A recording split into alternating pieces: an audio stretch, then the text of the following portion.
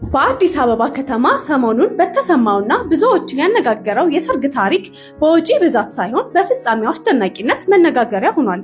ሁሉም ነገር ተሰናድቶ ሰርግ አዳራሹ አሸብርቆ ምግብና መጠጡ ሞልቶ የተጠበቀው ሰርግ በሙሽሪት አለመገኘት ምክንያት ሳይሳካ ቀርቷል። ታሪኩ እንደዚህ ነው። ዓመታት በትውውቅ የቆዩትና ሙሽራው በውጭ ሀገር የሚኖረው እነዚህን ጥንዶች ጋብቻቸውን ለመፈጸም ያለፋ ወጪ አውጥተው ነበረ። ምሳሌ ያክል ለክትፎ ብቻ 450 ሺህ ብር ቅድመ ክፍያ ተከፍሎ ነበረ።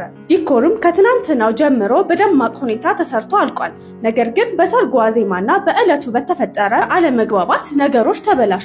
ሙሽሪት ከጋብቻ በፊት የጤና ምርመራ ማድረግ አለብን የሚል ጥያቄ ታነሳለች።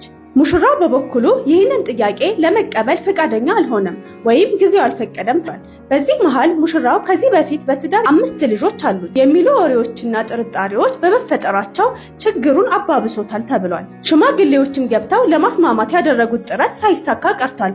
በመጨረሻም በሰርጉ ቀን ሙሽራውና ሚዜዎቹ ዘንጠው ተዘጋጅተው ሲጠብቁ ሙሽሪት ግን አልመጣም በማለት ቀረች። ተጋባዥ እንግዶችም አንዳንዶቹ ጉዳዩን ሰምተው ሳይመጡ ቀርተዋል። በሚሊዮኖች የሚቆጠሩ ወጪ የፈሰሰበት ይህ ሰርግ ሙሽራው ብቻውን ከሚዜዎቹ ጋር በባዶ አዳራሽ ፎቶ ተነስተው ወደ ቤቱ መመለሱ ተሰምቷል።